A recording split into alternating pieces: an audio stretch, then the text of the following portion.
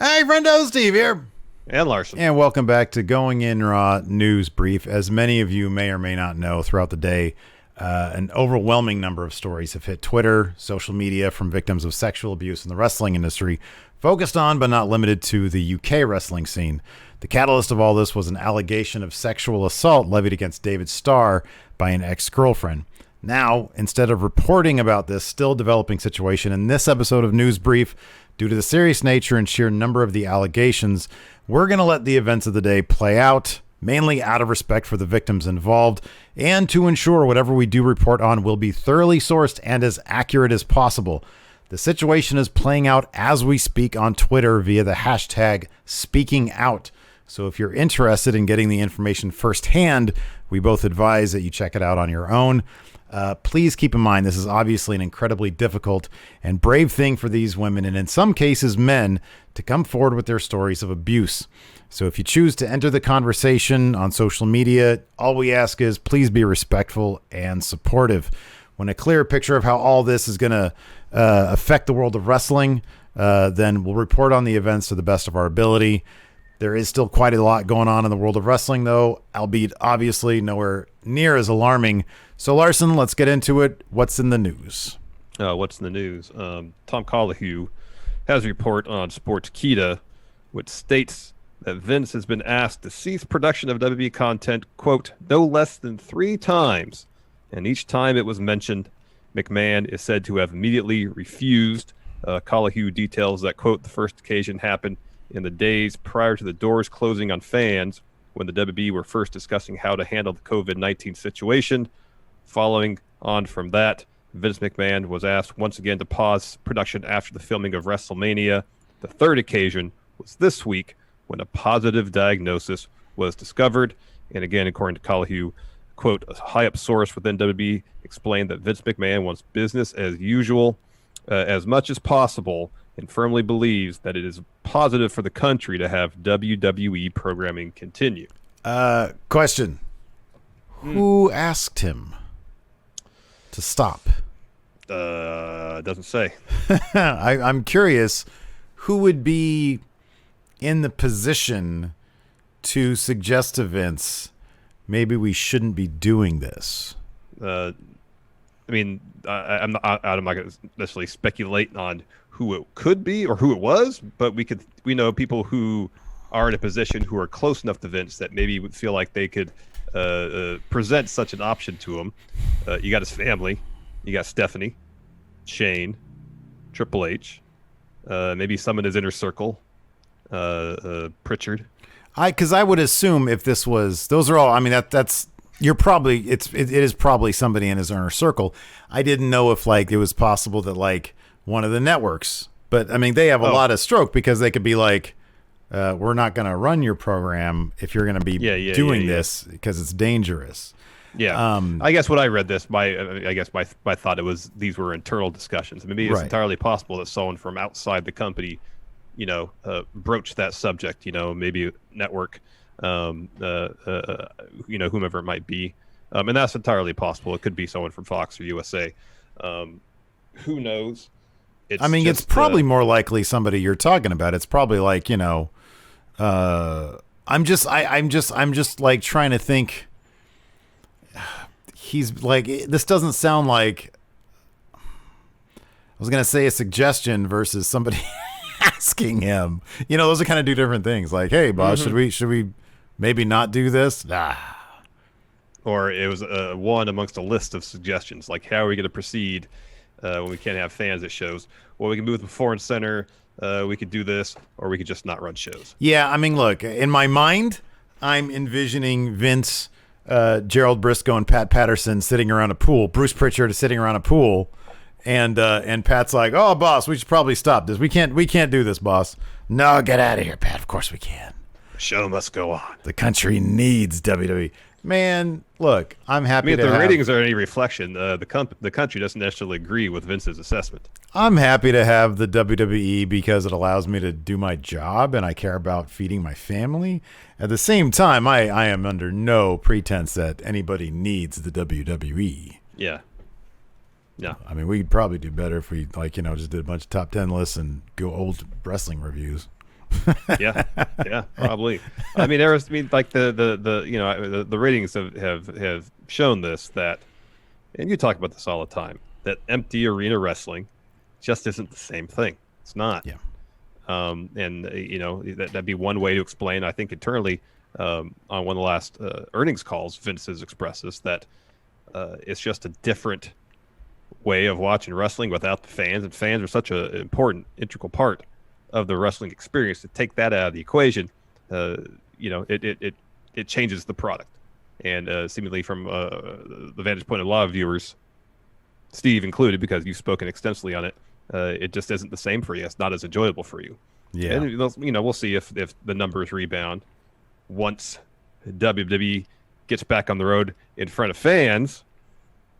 But who knows? What if people just learn that they're happier without the WWE in their lives? Nah, man, I'd be sad if the WWE went away. I love them. I'm a shill. They're great. I love NXT. It's so much fun. NXT's good.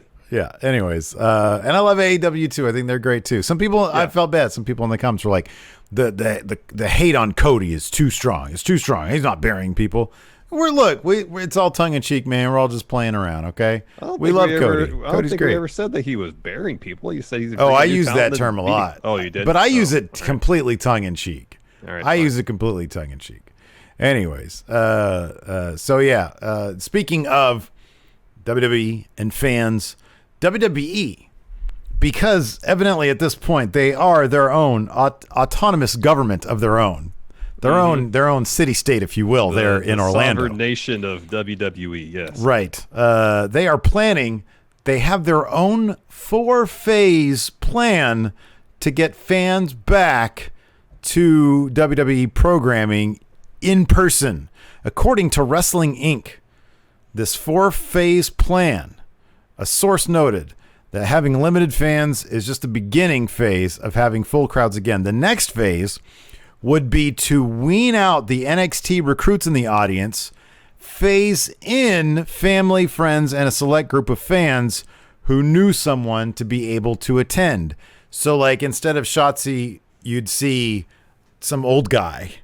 Instead of Ridge Holland, you'd see another guy who looks vaguely like Dexter Lumis and Ridge Holland.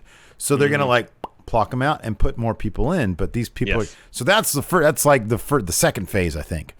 The third phase would have only fans in the audience at the Performance Center and Full Sail for tapings with at least 50% capacity. At least that's the lower limit. That's at least 50% capacity to show people, and this is part of the quote, to show people watching at home that things are returning to normal and that it's okay to attend live events again. I want to be the fly on the wall when this plan was being devised.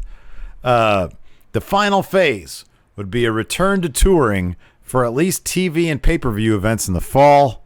The source, this is the best part of this entire thing. The source noted to me that the train is likely, quote, to come off the tracks before then. Yeah, I mean, this train shouldn't have ever gotten the tracks the way things are going now. A lot of states are reopening.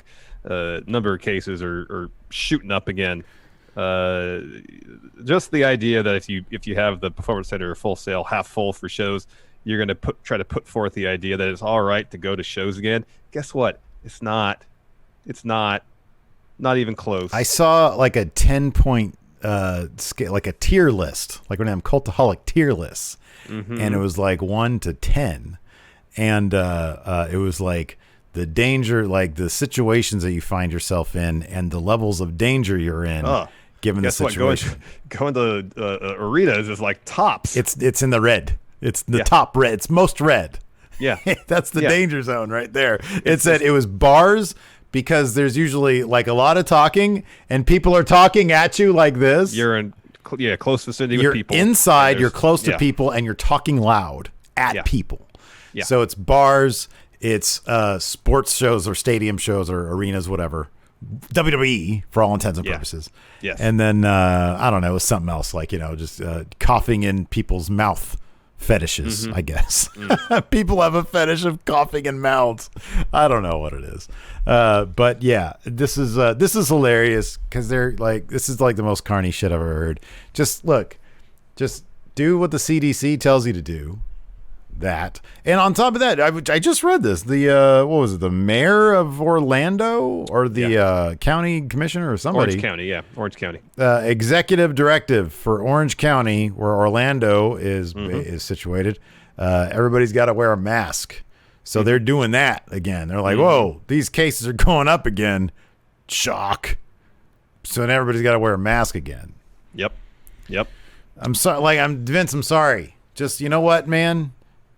Try to think outside the box, but the fans thing is, maybe if you're lucky, you'll get WrestleMania. If you're lucky. If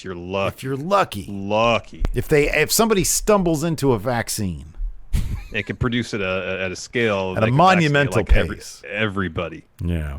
In short order, then maybe Mania could happen.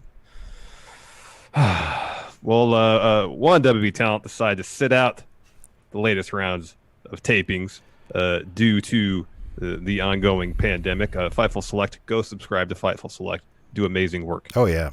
Is reporting that Kevin Owens was that individual decided to sit out, noting that they were told, quote, early Wednesday, Owens had communicated to WWE that he wouldn't be at the next Raw taping after news of the latest positive COVID-19 test within the company emerged.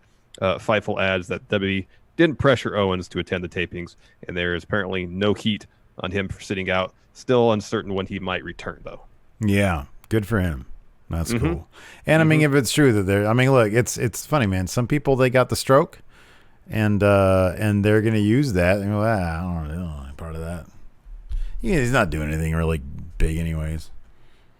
Also, this is great. So, if you're watching the West Coast feed of last week's SmackDown, you may have heard that something was missing from the episode. Now, people like Larson and I, with the means to live here on the wonderful West Coast and watch the East Coast feed because we are plugged in, man.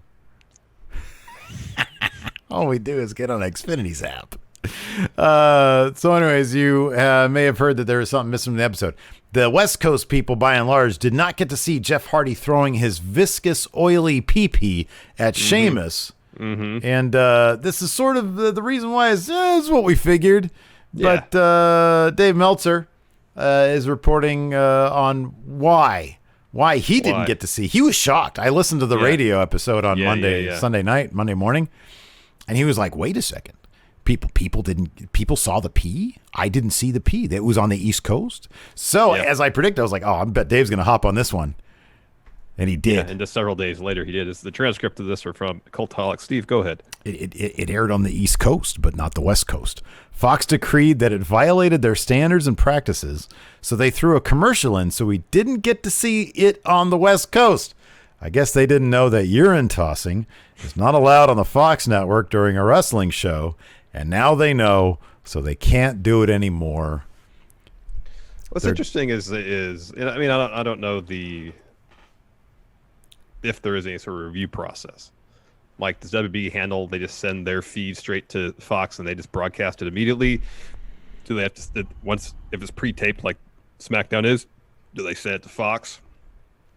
And they distribute it to the affiliates? I don't know how it works. But if it's the latter, someone at Fox would have seen it, I would think, before it went on air and would have checked it for standards and practices issues. No say, I just don't know. I don't know. It could be a situation where WB is like, we have this. All right, you want it? Hit button, transmit, and out it goes. I just don't know. I would hazard a guess. Number one, it's probably not difficult to find out. But number two, it seems to make sense that, like, okay, so wait, it's airlines not the West Coast decree that it violated. Okay, I don't know. Maybe it's like the YouTube thing where if you have an established relationship, eventually you get sort of the benefit of the doubt. So they do just hit a button and it's like, okay, cool, you're good. It's WWE, they're fine. Although they historically speaking, they should not be giving Vince McMahon that kind of freedom on the airwaves, especially broadcast airwaves. And then, or I mean, maybe it's something that USA would be cool with, and WWE's like, oh, really? You can't do that for broadcast? Okay, I don't know. The other thing, perhaps, is they saw it at Fox, so it saw it, and it's like, well, we'll go with it and see what happens. Enough people complained about it on the initial airing. Maybe they got angry emails or people calling in to their Fox affiliates, and that got relayed up up to corporate Fox headquarters, and they were like, let's just avoid any more of these calls. Let's just cut it out of the West Coast thing. In my head, it's like WWE they just hit a button and it does it, and nobody at Fox saw it until it happened, and then they were like, we what can't have PP throwing on our show. the hell? Yeah, somebody's like, hey, did you see what that McMahon guy did on my cable broadcast networks? Who owns Fox? Does Murdoch own Broadcast Fox? Yeah. Oi! Yeah. I don't know. Anyway, he's Australian, right, isn't he? Yeah, that's right. Yeah. Oi! He threw the PP. Why is it so much and why is it so yellow? Anyways, it's been a long day. Thanks, everybody, for tuning in. Appreciate it. Till next time, we'll talk to you later. Goodbye.